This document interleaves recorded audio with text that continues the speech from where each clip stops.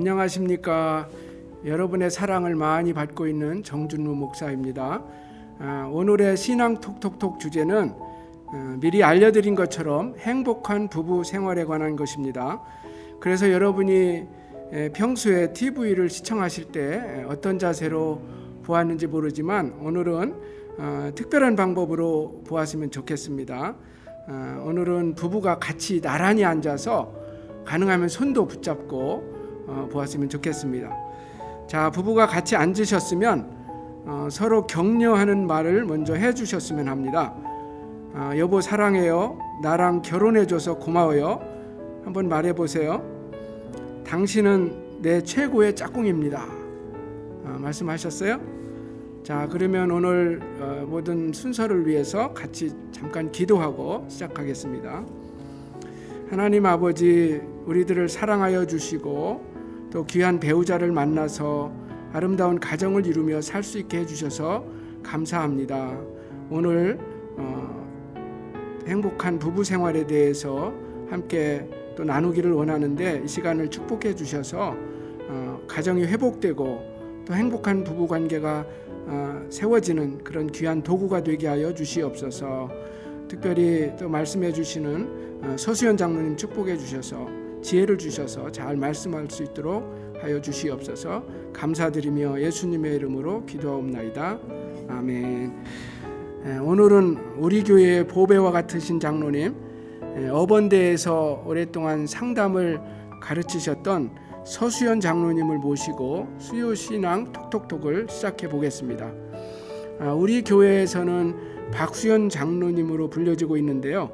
공식적인 이름은 남편 성을 따라서 서수연 장로님이십니다.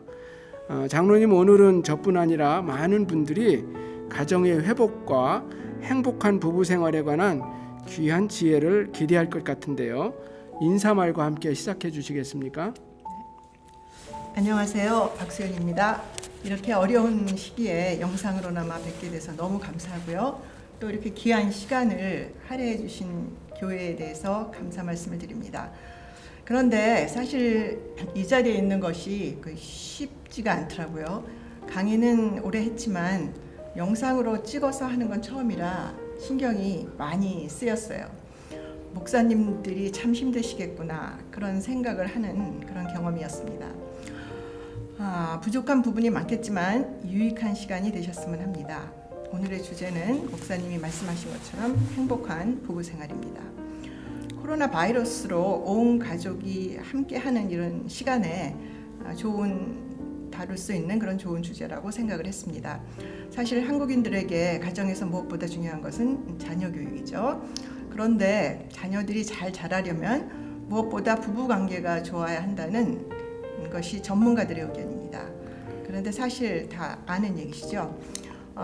지금 우리 부부 관계에 만약에 문제가 있다고 그렇게 느끼신다면 아마도 그 많은 부분들이 우리가 자라온 가정 배경 때문이라고 생각하면 맞을 것 같습니다.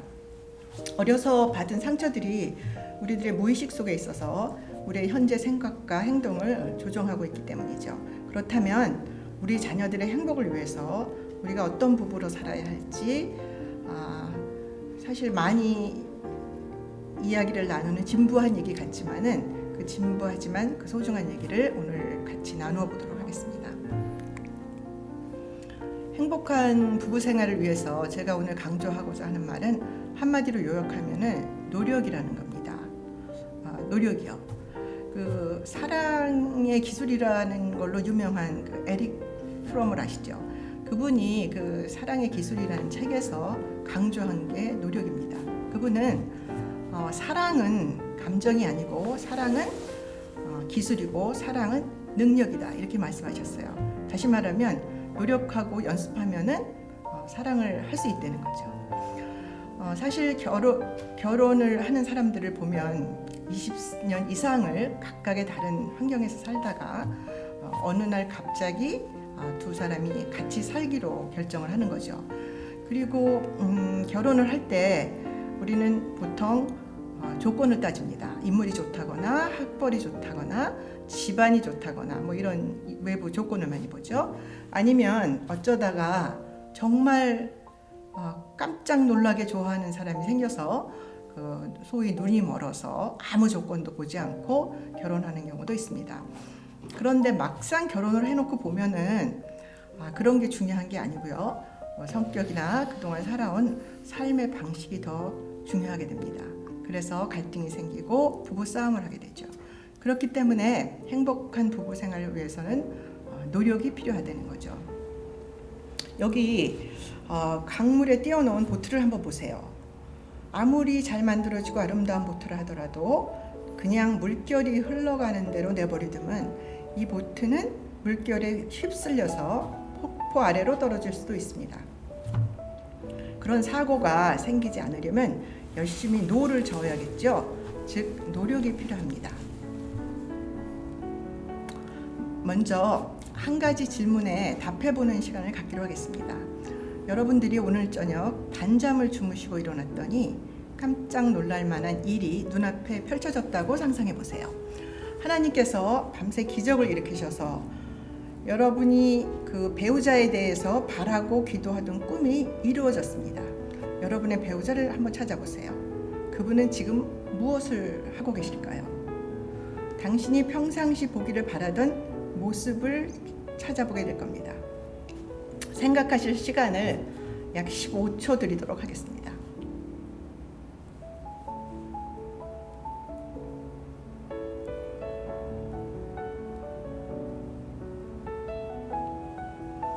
네, 제가 지금 드린 질문은 제가 늘 자랑스럽게 생각하는 한국인으로서 심리학자셨던 그리고 상담가였던 인스킨버그 박사님께서 가족 상담, 심리 상담을 하실 때 사용하시던 질문입니다. 이 질문은 미러클 퀘스천이라고 하는데요. 해결 중심 단기 상담에서 사용하는 상담 기법입니다. 이 상담 이론은 현재 미국에서 가장 잘 알려진 상담 이론 중에 하나입니다. 여러분이 바라는 것을 구체적으로 알면 그 일이 일어나도록 노력할 수 있고 결국 그렇게 만들어갈 수 있다는 이론이죠. 우리가 어려움을 당할 때 언제라도 적용해 볼 수 있는 질문입니다. 여러분이 바라는 배우자의 모습을 생각해 보셨죠? 그럼 이제 일반적으로 심리학에서 이야기하는 행복한 사람은 어떤 사람인가부터 잠깐 살펴보기로 하겠습니다. 심리학에서 말하는 행복한 사람은 균형 잡힌 삶을 살고 있는 사람입니다. 이 그림에서 보시는 바와 같이 균형 잡힌 삶은 7개의 축으로 이루어진 동그란 바퀴와 같습니다. 각각의 축이 튼튼하고 또 튼튼한 7개의 축이 균형을 이룰 때 잘 굴러가는 인생 바퀴가 된다는 이야기입니다. 7개의 축을 보면 신체적인 영역, 감성적인 영역, 사회적인 영역, 영적인 영역, 직업적인 영역, 환경적인 영역, 그리고 지적인 영역으로 나누어져 있습니다. 즉 우리가 행복해지려면 이 각각의 영역을 건강하고 균형 있게 넓혀갈 수 있도록 노력해야 한다는 거죠. 행복한 사람만이 다른 사람을 행복하게 해줄 수 있기 때문에 균형 잡힌 개인의 삶, 그것이 부부 행복의 선행 조건입니다. 하지만 오늘의 주제는 부부 관계에 관한 이야기라 개인의 행복에 관한 이야기는 이쯤에서 멈추고 넘어가도록 하겠습니다. 그러면 부부가 함께하는 바퀴가 잘 굴러가려면 어떤 영역에 관심을 갖고 노력해야 할까요? 이 그림을 보시면 개인의 행복을 위한 영역은 7분야였는데 여기서는 2 영역이 줄었습니다. 직업적 영역과 환경적 영역입니다. 좀 이해하기 어렵지 않으세요? 한국에서 부부가 이혼하는 사유 중 2위와 3위가 각각 경제 문제, 가족 간 불화라고 하는데 왜 이 중요한 2 영역이 여기서 빠져 있을까요? 여기에 부부만이 갖고 있는 특별한 힘과 비밀이 있다고 생각합니다. 부부가 일심동체가 되어 사랑이라는 동력을 가지고 함께 노력한다면 이와 같은 실질적인 문제는 극복이 가능하다는 이야기죠. 하지만 이러한 노력을 하자면 부부는 일심동체라는 부부 정체성 확립이 그 무엇보다 중요합니다. 성경에서 그 중요성을 하나님이 짝지어 주신 것을 사람이 나누지 못할지니라. 하는 말씀으로 강조하고 계십니다. 요즘은 이러한 정체성이 많이 흐려져서 쉽게 이혼을 하는 것 같아요. 이혼을 절대로 하지 못하는 건 아니지만 그 전에 노력해 보려는 의지가 많이 약해진 것 같습니다. 부부란 세계 인구 77억 중에 단 2사람의 연합입니다. 이 얼마나 기적 같은 귀한 만남인가요? 그렇다면 이러한 귀한 만남을 잘 가꿔서 행복이라는 열매를 맺어야 하지 않을까요? 위에 보여드린 5개의 영역을 하나하나 살펴보면서 행복해질 수 있는 길을 찾아보도록 하겠습니다. 상담을 하러 오는 분들 중에는 이런 어려움을 호소하는 분들이 있습니다. 남편이 또는 아내가 저를 피해요. 거부당하는 것 같아서 자존심이 상합니다.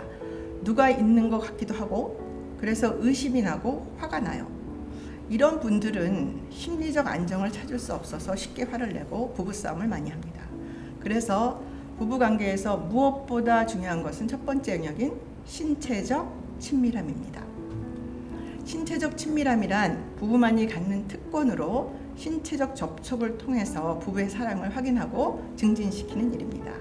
특별히 성생활은 정신적 안정을 줄 뿐 아니라 신체적인 건강에도 좋다고 합니다.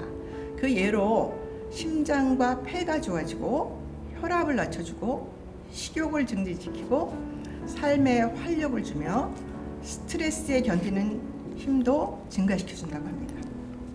그래서 부부 생활은 굉장히 중요하고 꼭 필요한 거죠. 그런데 이런 어려움을 호소하는 분도 계십니다. 저는 몸이 약해서요. 또 너무 피곤해서요. 남편이나 아내의 요구를 들어줄 수가 없어서 항상 미안해요. 이런 얘기를 들으면 남 얘기 같지가 않은데요. 이런 경우 운동을 하면서 체력을 단련할 필요가 있습니다. 또 부부는 다른 방법으로도 많은 신체적 접촉을 갖는 것이 중요한데요. 함께 춤을 추는 것이 그 좋은 예라고 합니다. 그리고 TV를 볼 때도 떨어져 앉지 말고 가까이 앉아서 배우자의 따뜻한 체온을 느끼는 게 좋다고 해요. 목사님, 제가 제시한 것 외에 신체적 친밀감을 느끼게 해주는 좋은 예가 있을 수 있을 것 같은데요. 혹시 좀 나눠주시겠어요? 그 질문에 대답하기 전에 신체적 친밀감을 표현하는 데 있어서 문화적 차이 또는 자라온 배경의 차이로 인해서 어려움을 겪을 수 있다는 점을 말씀드리고 싶습니다. 가령 서양 문화에서는 자유롭게 신체적인 접촉이나 친밀감을 표현하지만 유교적 전통에 의해서 남녀 간의 부부 간의 신체적 접촉을 피하는 경우가 있는 것 같습니다. 또 사람에 따라서 적극적일 수도 있고 소극적일 수도 있습니다. 그런데 성경적인 관점에서 보면 부부 간의 신체적인 친밀감을 갖는 것은 굉장히 바람직하다고 할 수 있습니다. 사도 바울이 고린도 전서에서 특별한 경우가 아니고서는 부부간에 분방하지 말라라고 권면을 하고 있습니다. 서로 분방하지 말라. 다만 기도할 틈을 얻기 위하여 합의상 얼마 동안은 하되 다시 합하라. 이는 절제 못함으로 말미암아 사탄이 너희를 시험하지 못하게 하려 함이라라고 했습니다. 그러므로 크리스찬 부부들이 신체적인 친밀감을 높이기 위해서 여러 가지 방식으로 표현해야 된다는 장로님의 말씀에 공감을 합니다. 저를 포함해서 한국인 부부들에게 가장 약한 것 중에 하나가 바로 신체적 친밀감을 높이기 위해서 많이 노력하지 않는다는 점이죠. 부부의 신체적 친밀감을 높이는 데 있어서 가장 좋고 또 오래된 방법 중에 하나는 부부가 서로 포옹하는 것이라고 생각을 합니다. 안아주는 것이죠. 자주 안아주면 좋다고 생각해요. 아침에도 안아주시고 출근할 때도 포옹하시고 또 저녁에도 포옹하시고 자주 포옹하면 서로 간의 심장도 느낄 수 있고 얼굴도 눈도 바라볼 수 있으니 좋다고 생각합니다. 특히 배우자가 힘들고 어려워할 때 안아주는 것은 굉장한 그런 감정적인 또 지원도 된다고 생각을 합니다.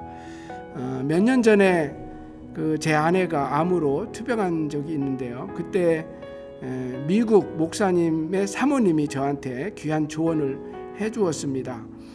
저에게 제 아내를 많이 안아주라, 많이 안아주는 것이 위로가 된다, 그런 조언을 해주었습니다.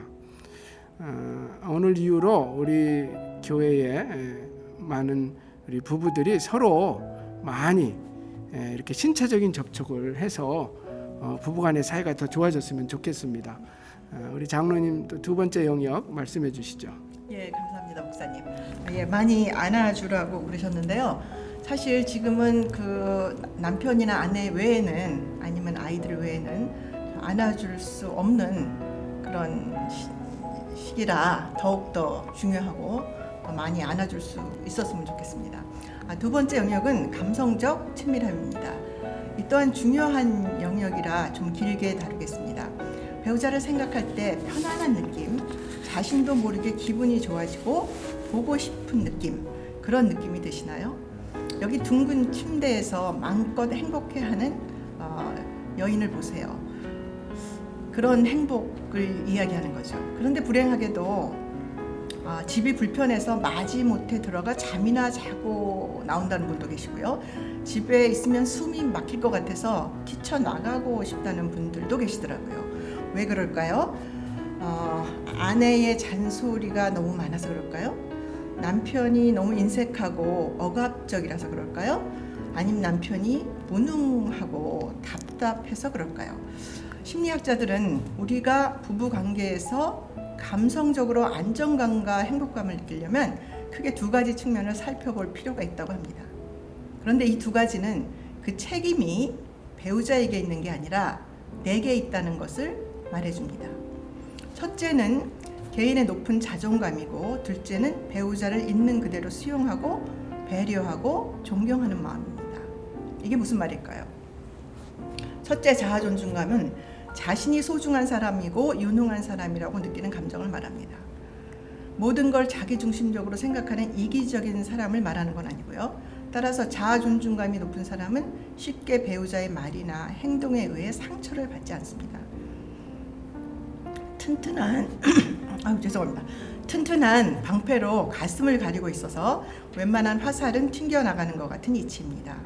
그런데 불행하게도 어려서 상처를 받거나 또는 열등감 때문에 낮은 자존감에 시달리고 있는 사람은 쉽게 좌절하고 자학하거나 상대방을 비난하는 공격적인 사람이 되어서 정서적인 평안함을 누릴 수가 없습니다. 이런 자존감이 낮은 부인이나 남편을 가장 잘 도와서 행복한 가정을 이룰 수 있도록 도와줄 수 있는 사람은 이 또한 가장 가까이 있는 배우자입니다. 아내는 남편은 아내의 자아 존중감을 높여주어 함께 행복을 만들어갈 수 있습니다. 그 비결은 바로 상대를 있는 그대로 수용해주고 배려해주고 존중해주는 것입니다. 한 예로 남편이 집에 오면 양말을 늘 아무데나 벗어 던져 놓는다고 합시다. 그러면 화가 나고 잔소리가 나오겠죠? 그런데 화를 내고 잔소리를 하는 대신에 이게 어릴 때 습관이로구나 이렇게 생각하시면, 그리고 그걸 그대로 받아들여 주시면, 그러면은 수용을 하게 되는 겁니다. 오랜 습관이 그렇게 쉽게 고쳐지는 게 아니니까요. 물론 그렇지만은 빨래통에 좀 넣어주세요 이렇게 이제 부탁은 할 수가 있겠죠. 그렇지만 안 고쳐진다고 해서 화를 내서 부부 관계를 해칠 필요는 없습니다. 또 집에 오면 컴퓨터 게임만 하고 아니면 핸드폰에 달려있는 분들도 계십니다. 마찬가지입니다. 아내나 남편의 습관을 고치려고 하다가 서로 마음이 상하고 부부싸움을 하는 것보다 배우자가 집에서 즐겁고 편안함을 즐기도록 그대로 내버려 두는 게 더 좋지 않을까요? 성경에서 아담과 하와는 벌거벗었으나 부끄러워하지 않았다고 했습니다. 서로의 연약한 부분, 부끄러운 부분을 편안하게 노출할 수 있고, 또 그럴 때 이거를 또 편안하게 수용해 줄 수 있는 그런 곳이 가정이 되어야 된다고 생각합니다. 그야말로 집은 쉼터가 되어야 되는 거니까요. 그런데 이런 모습들이 자녀 교육상 안 좋다고 걱정하시는 분들이 계시더라고요. 예, 안 좋죠. 그런데 부부싸움 하는 것보다 더 안 좋을까요? 부부싸움은 아이들을 정서적으로 불안하게 만들고 마음에 상처를 주지만 이런 모습은 교육으로 우리가 아이들을 가르칠 수 있는 것입니다. 예를 들어 아빠가 피곤해서 양말을 아무데나 벗어놓으셨네. 네가 아빠를 도와서 이거 좀 빨래통에 갖다 놓을래? 이렇게 말한다면 남편과 자녀들을 한꺼번에 교육하는 효과가 있습니다. 아빠는 아내와 자녀에게 이해받고 있다는 생각이 들고요. 그래서 다음에는 자녀에게 미안해서라도 고쳐보려고 노력하게 될 수도 있습니다. 나의 배우자를 존중하여 있는 그대로 수용하고 배려하는 일은 행복한 부부관계를 만들기 위한 필수 조건입니다. 남편이나 아내를 비난하고 잔소리하는 대신 하루에 적어도 한 번 배우자를 칭찬하고 감탄하는 말을 해보도록 하세요. 와, 당신은 컴퓨터 게이머가 되겠다. 혹시 대회 같은 거 없어? 상 받으면 그 돈으로 여행 같이 가면 좋을 텐데? 뭐 이런 대화를 한다면 상대를 올려주면서 내가 원하는 것도 알려주는 좋은 기회가 될 수도 있을 것 같습니다. 목사님께서는 이렇게 결혼 생활 오래 하셨잖아요. 그러니까 서로 마음에 안 드는 그 습관 때문에 갈등이 있으신 적도 있을 것도 같은데 만약에 있으셨다면은 그런 일을 어떻게 해결하셨는지 좀 나눠주시겠어요? 제가 장로님 말씀 옆에서 들으면서 제가 이런 거를 좀 미리 들었으면 결혼 초창기에 들었으면 더 좋았겠다 이런 생각을 해보았습니다. 우리 부부 물론 많이 달랐습니다. 그래서 또 결혼 초창기에 힘든 점도 많이 있었습니다. 제가 지금 생각해 보니까 우리가 같은 크리스찬이었다는 것 외에는 모든 것이 다른 것 같이 느껴졌습니다. 저는 시골 출신 남자였고 제 아내는 도시 여자였습니다. 저는 오랫동안 또 집을 떠나서 기숙사 생활을 하고 있었고 제 아내는 한 번도 또 가정을 떠나본 적이 없었던 사람이었죠. 저는 음식도 이렇게 기름기가 없는 음식들을 좋아하는 편이었고 제 아내는 또 반대로 부침개나 또 분식이나 또 기름기 있는 것들을 좋아하는 그런 사람이었습니다. 저는 성격적으로 신중형이었고 아내는 또 행동형이었습니다. 저는 또 새벽 기도를 인도해야 되기 때문에 일찍 또 누워야 되고 아침에 일찍 일어나야 되는 상황이었는데 제 아내는 지금은 많이 바뀌었어요. 그래서 저보다 일찍 자리에 누울 때도 있지만 당시에는 야간형이라 또 잠자리에 저보다 늦게 드는 경우도 있었습니다. 참 많이 달랐고 그래서 불편했고요. 또 많이 다투기도 했던 것 같습니다. 근데 지금은 많이 비슷해졌고 또 거의 다투지도 않습니다. 어떻게 해결했을까요? 제가 무슨 특별한 방법이 있었던 건 아니고요. 시간이 해결해 준 것 같기도 하고요. 또 조금씩 양보하고 또 참고 그렇게 했던 것 같습니다. 지금 생각해 보면 당시에 서로 다른 거나 또 자기가 원하는 거 원하지 않는 것이 무엇인지를 솔직하게 더 얘기하고 대화를 더 많이 했으면 좋았겠다 이런 생각을 하고요. 또 서로 다른 점은 자연스러운 것인데 그거를 좀 더 이해했으면 좋지 않았나 이런 생각을 해봅니다. 저도 장로님께 질문을 하나 드리고 싶습니다. 부부의 감성적 친밀감을 위해서 사랑의 5가지 언어 또는 칭찬의 5가지 언어를 알고 적용하면 굉장한 도움이 될 것 같은데요. 잘 아시는 것처럼 인정하는 말, 선물을 주는 것, 함께 시간을 보내는 것, 그리고 도와주는 봉사, 스킨십 등이 있는데요. 장로님께서는 5가지 중에서 남편이 어떻게 해주시는 것을 사랑받는다고 그렇게 느끼시는지 말씀해 주시면 고맙겠습니다. 예, 제가 이제 보시다시피 이렇게 나이가 이제 많이 들었으니까 아마 젊었을 때 이런 질문을 받았으면 제가 다르게 대답했을 것 같아요. 근데 이제 지금 입장에서는 이렇게 5가지를 물어보셨는데 첫 번째 게 인정하는 말. 인정하는 말은 지금 현재 제가 이제 인정 그렇게 받아야 될 만큼 그렇게 젊지가 않은 것 같아요. 뭐 그냥 뭐라 그러거나 말거나 제가 그래도 이제 가끔 뭐 당신이 해준 음식이 맛있다 뭐 이런 얘기를 해주면 듣기 좋고요. 선물을 주는 것은 지금은 제가 자꾸 나이 얘기를 하는데 제가 받는 것보다는 가지고 있는 거를 없애야 할 나이가 됐기 때문에 이렇게 선물을 받는 거에 별로 관심이 없습니다. 가끔 이제 꽃을 사다 주면 좋은 것 같아요. 그거는 갖고 있을 게 아니라서. 그 다음에 스킨십도 역시 나이 탓이라 그죠? 그렇게 뭐 스킨십을 많이 갖고 싶진 않습니다. 그렇지만 남편의 따뜻한 체온을 느낄 수 있는 그런 기회가 있다면 종종 체온을 느껴보려고 이렇게 노력을 하고 남편이 그렇게 해주면은 좋습니다. 제가 지금 현재로서는 정말 우리 남편이 저를 사랑한다면 이거를 좀 해주십시오라고 말하고 싶은 거는 함께 시간을 보내는 것하고 이제 봉사입니다. 그래서 함께 시간을 보내주면 너무 감사하고 좋고요. 그다음에 제가 아래서 집안에서 하는 뭐 여러 가지 집안일이나 뭐 마당을 청소하는 일이나 이런 등등을 도와주는 것도 좋지만 특히 제가 밖에서 일을 할 때 그 일에 적극적으로 지원을 해줄 때 그럴 때 정말 든든하고 남편이 나를 사랑하는구나 그렇게 느낍니다. 네, 감사합니다.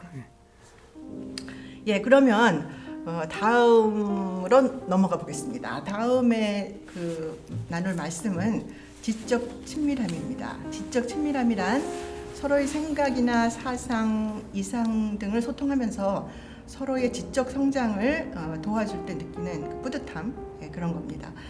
지적 친밀함은 수용, 인정을 강조하는 감성적 친밀함과 비교할 때 둘 다 기분을 좋게 한다는 점에선 같습니다. 그러나 지적 친밀함은 서로 얘기를 나누다 보면은 경쟁적일 수 있어서 배우자의 마음을 잠시 상하게 하는 그런 면이 있습니다. 대화하다 보면 서로의 의견이 다를 수 있잖아요. 충분히. 그렇지만은 그렇기 때문에 이런 지적 대화를 통해서 세상을 보는 시각과 의견이 다를 수 있음을 알게 되고요. 그리고 또한 이렇게 이제 이런 대화를 하면서 지적인 거를 다루기 때문에 인간적으로 나를 모욕한다거나 내가 뭐 무식하다고 본다거나 이제 그런 데서 느끼는 열등감을 피할 수 있기 때문에 이런 지적 대화를 많이 하는 게 괜찮습니다. 그럼에도 불구하고 남편이 아주 권위적이거나 아내가 고집이 센 경우는 배우자한테 지는 걸 절대로 용납하지 못하는 경우가 있더라고요. 그래서 만약에 배우자가 그런 성격이라면은 너무 멀리 가지 마시고 적당한 수준에서 그래 당신 말이 맞아 이렇게 해서 마무리하는 게 좋습니다. 이런 지적 대화는 지적인 지경을 넓혀주잖아요. 그래서 나의 문제를 객관적으로 볼 수 있는 눈을 길러주기 때문에 부부관계를 증진시키는 데 도움을 많이 줍니다. 문제 속에서 빠져나와서 나를 볼 수 있는 거죠. 그러니까 문제 속에서 나를 보는 게 아니고요. 그런 의미에서 지적 대화를 많이 하는 게 좋습니다. 책을 읽고 신문을 보고 또 성경 공부를 하고 뭐 또 같이 어떤 워크숍에 간다든가 그래서 그걸 가지고 같이 대화를 나누는 게 여기에 속한다고 할 수 있겠습니다. 또 지적 활동으로요 게임이 좋다고도 하는데요. 예를 들어서 바둑을 둔다거나 아니면 모노폴리 게임을 한다거나 이제 그렇게 해서 서로의 어떤 지적 활동을 도와주는 일이 부부가 할 수 있는 또 하나의 좋은 활동이라고 이렇게 이야기를 합니다. 우리 목사님 보면은 이렇게 사모님이랑 같이 컨퍼런스도 자주 가고 그러시던데 목사님은 사모님하고 이런 지적 성장을 위해서 어떤 일을 하고 계신가요? 저희 같은 경우는 제 아내가 저를 삼식이라고 많이 부르는데요. 같이 있는 시간이 참 많습니다. 아침 새벽부터 저녁까지 일을 같이 할 때도 많고 또 신방도 같이 다닌다든지 또 식사도 늘 같이 하죠. 그래서 우리는 이제 대화하는 시간이 아마 다른 부부들보다 더 많이 있는 것 같습니다. 그래서 어떤 문제가 있다든지 할 때 서로 많이 상의하는 편이고요. 또 토론도 하고 그렇게 합니다. 그리고 제가 이제 아내에게 물을 때도 많습니다. 어떤 책을 읽었다든지 뭐 다큐멘터리를 보았다든지 하면 어떤 책을 읽었는가 또 어떤 다큐멘터리를 보았는가 물어보면 또 그 이야기도 해주고 그렇게 자연스럽게 서로 대화를 하는 것 같고요. 또 그때 제가 배운 것을 또 들은 것을 설교 예화로 사용할 때도 종종 있습니다. 그리고 저는 아까 장로님 말씀해 주신 것처럼 뭐 세미나를 간다든지 어디 갈 때 늘 혼자 가지 않고 제 아내와 같이 가려고 항상 원칙을 그렇게 세워서 같이 좋은 세미나도 들으면서 지적으로 서로 친밀해질 수 있도록 나름대로 노력을 하고 있습니다. 이어서 계속 장로님 말씀해 주시죠. 감사합니다. 예, 제가 네 번째로 나누고 싶은 말씀은 경험적 친밀함입니다. 경험적 친밀함은 경험을 공유할 때 형성되는 친밀함인데요. 결혼은 이야기가 다른 두 사람의 만남입니다. 따라서 두 사람이 친밀해지려면 공유할 수 있는 이야기를 같이 만들어 가야 합니다. 즐거운 시간으로 기억될 수 있는 많은 이야기를 만들어 갈수록 좋습니다. 요즘 신세대들은 catch flights, not feelings라는 표현을 쓴다고 하는데요. 즉, 연애하는데 시간과 돈을 쓰느니 자기 개발을 위해서 세계 여행을 떠나는 것이 낫다. 이렇게 생각하는 경향이라고 합니다. 하지만 부부는 이 둘을 한꺼번에 다 할 수 있는 그런 아주 특별한 관계입니다. 부부는 함께하는 경험을 통해서 기쁨을 누릴 수 있는 동시에 서로의 성장을 도와줄 수 있습니다. 같이 여행을 떠나고 같이 운동을 하고 같이 집안일을 하고 또 이 그림에서 나타나는 것처럼 아프면 희생적으로 간호할 때 혼자서는 느낄 수 없는 부부의 정을 느낄 수가 있습니다. 사람은 기본적으로 소속의 욕구가 있다고 합니다. 부부가 이러한 경험을 같이 함으로써 일체감을 느낄 때 소속감에서 오는 그 평안함을 느낄 수 있다고 합니다. 또 목사님한테 여쭤볼까요? 자꾸 여쭤봐서 죄송한데 목사님과 사모님 두 분은 아주 친밀해 보이시는데요. 두 분을 가깝게 해준 대표적인 이야기가 있다면 하나 나눠주시겠어요? 저는 제 아내에 대해서 아마 제 아내도 저에 대해서 같은 감정을 가질지 모르겠는데요.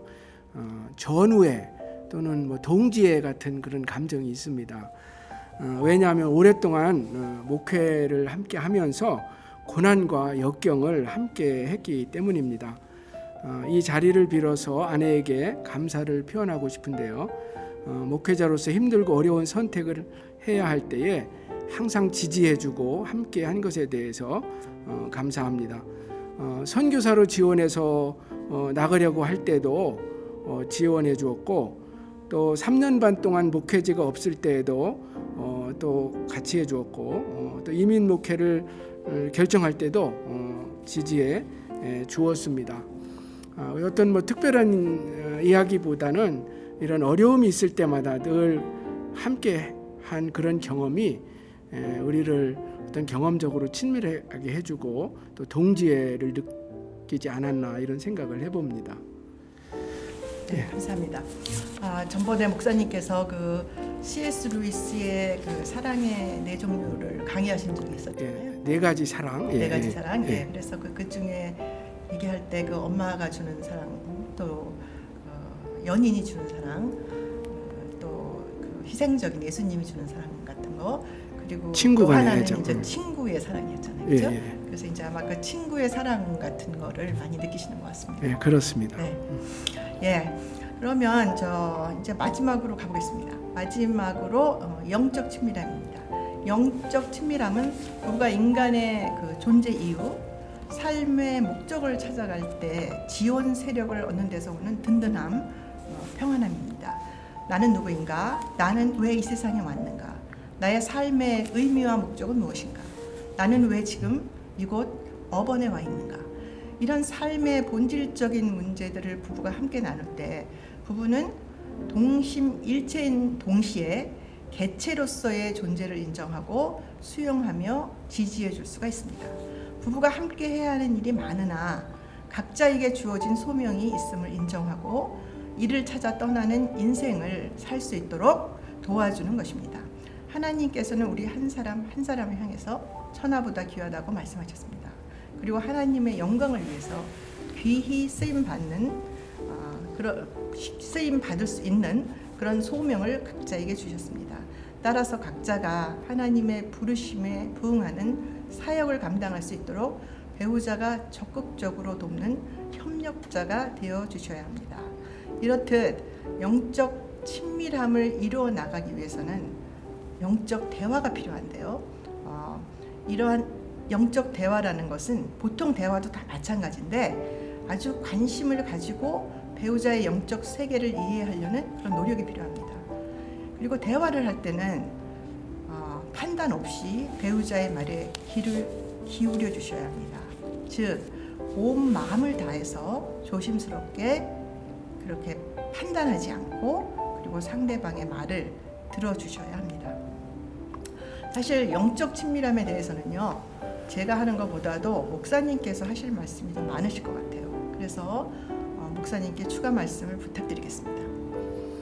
예, 장로님께서 앞에 네 가지 차원에 대해서도 잘 말씀해 주셨지만 영적 차원에 대해서도 잘 말씀해 주셨다고 생각을 하고요. 그래서 제가 무엇을 더 덧붙여야 되는지 잘 모르겠습니다.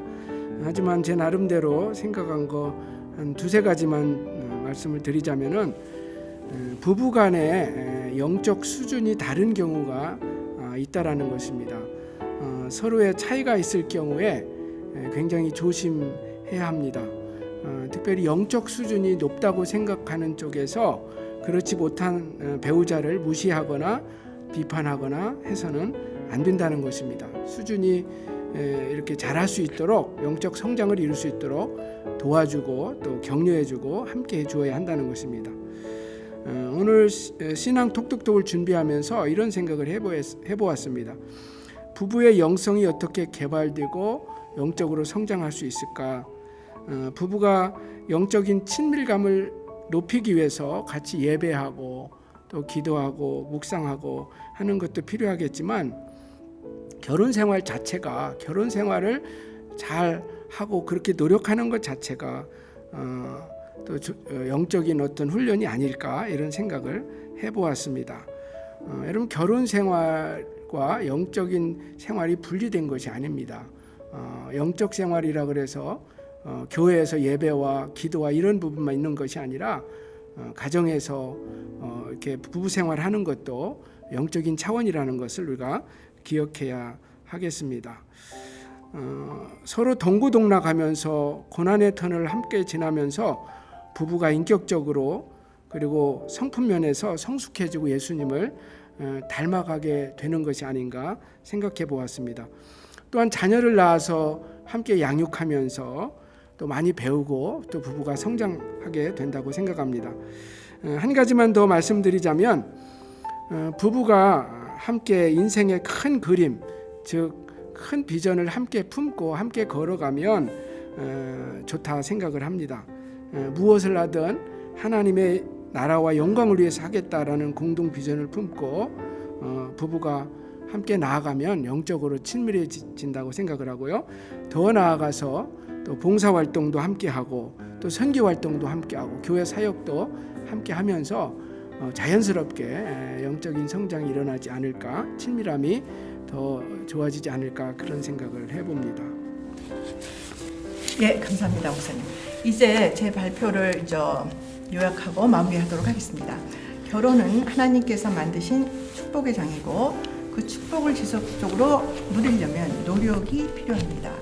앞서 기적이 일어나는 경우 배우자가 어떤 모습을 하고 있을지 상상해 보셨나요?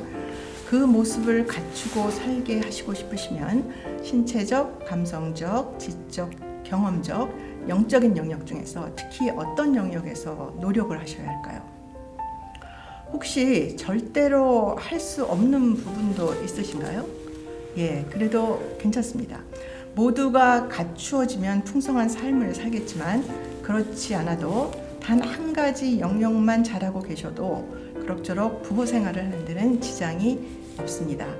지금부터라도 더 잘하시고 싶다면, 더 행복하시고 싶다면 조금 더 노력을 하시면 되겠죠. 만약에 어느 영역도 만족스럽지 않으시다면 상담을 받으실 것을 권합니다. 아마 도움을 받으실 수 있을 거예요. 그리고 이미 이상적인 부부관계를 갖고 계신다면 진심으로 축하를 드립니다. 지금 하시고 계시는 일들을 잘 유지하실 수 있도록 노력하시길 바랍니다. 귀한 시간 내주셔서 감사합니다.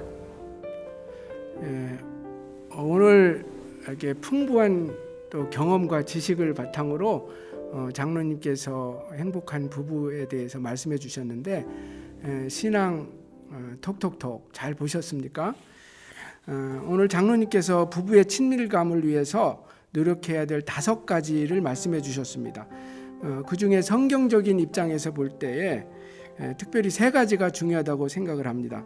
신체적인 친밀감, 또 감성적 친밀감, 영적 친밀감 등입니다. 창세기 2장에 보면 하나님께서 최초의 부부였던 아담과 하와에게 주신 말씀 속에서도 이 3가지 친밀감이 표현되어 있다고 생각합니다. 이러므로 남자가 부모를 떠나 그의 아내와 합하여 둘이 한 몸을 이룰지로다. 아담과 그의 아내 2사람이 벌거벗었으나 부끄러워하지 아니하니라. 여기서 한 몸을 이루라는 말씀은 단지 육체적으로 하나가 되라는 말씀만은 아닙니다. 육체적, 정서적, 영적으로 친밀하고 하나가 되어서 부끄러움 없는 그런 부부관계를 누리며 살아야 된다는 말씀인 것입니다. 여러분, 세상에 완벽한 부부, 완벽한 가정은 없다고 생각합니다. 좀 부족해도 참고 또 기다리고 격려해주고 또 노력을 하다 보면 좀 더 원만한 그런 부부가 되지 않을까 생각을 합니다. 아무쪼록 바라기는 오늘 신앙 톡톡톡을 보신 우리 모든 부부가 서로 더 친밀해져서, 모든 면에서 친밀해져서 하나님께서 주시고자 하는 그런 행복을 누리는 우리 부부 가정들이 다 되기를 주님의 이름으로 축원합니다. 감사합니다.